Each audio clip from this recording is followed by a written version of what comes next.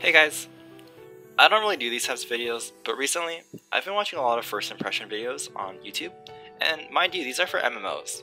And after watching these videos, I thought to myself, wow, these videos can actually do a lot of harm to a game. Now, let's be real.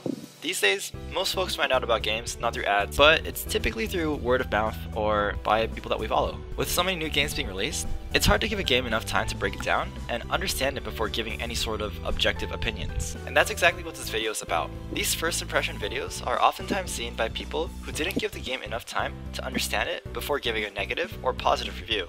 It's right there in the name of their video, first impressions. Personally, I would take these videos with a grain of salt, as they're oftentimes misleading or a misrepresentation of the game. Hold up, you're essentially telling me that first impressions aren't important. Sorry, but I'm gonna have to disagree with you. If a book can't grab my interest on the first chapter, if an anime can't make me binge the entire series off the first episode, if I don't get a job because I flopped my first interview, wouldn't you have to agree that first impressions are important? You're right, first impressions are important.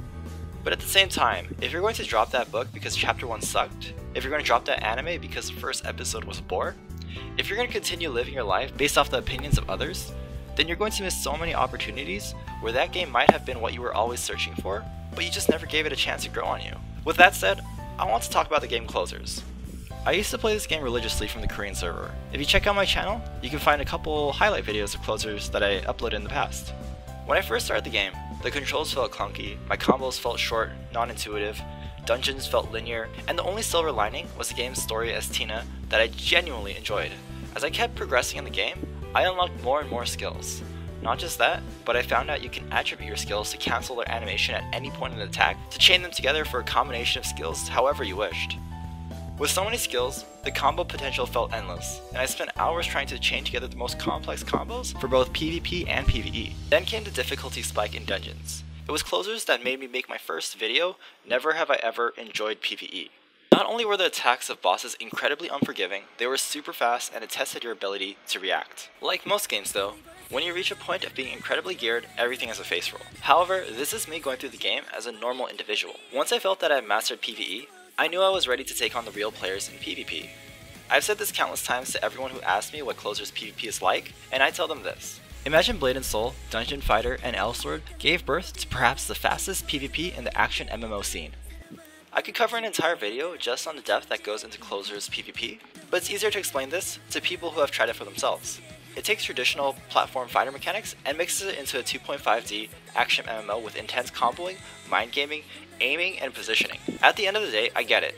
Time is money, and you want to know if a game is worth your time without investing any time in it. I'm going to repeat that line one more time and tell me if that sounds reasonable. You want to know if a game is worth your time without investing time in it. I was just kidding when I said that I get this logic, because I really don't get it. I highly recommend that you guys give any game a try before you dismiss it. Don't make first impressions of another person be your lasting impressions of the game.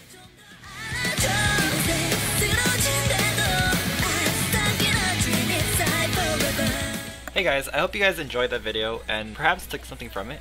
But at the end of the day, I understand also where a lot of people come from, where, not all of us have the time to be able to invest in a game and actually get all the way to the end game to see for ourselves just how different the game is at the end from the beginning.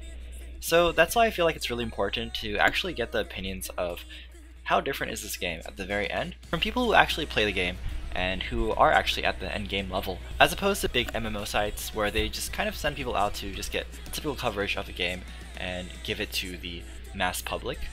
So yeah, I know it's a little bit more effort to seek out actual players, but there's a lot of ways these days. You go on Discord, you go to forums, there's a lot of official communities out there, so if you guys have the chance and you guys really want to know about a game, seek people out, people who have actually got to the end game, and ask those people for their opinions and their thoughts.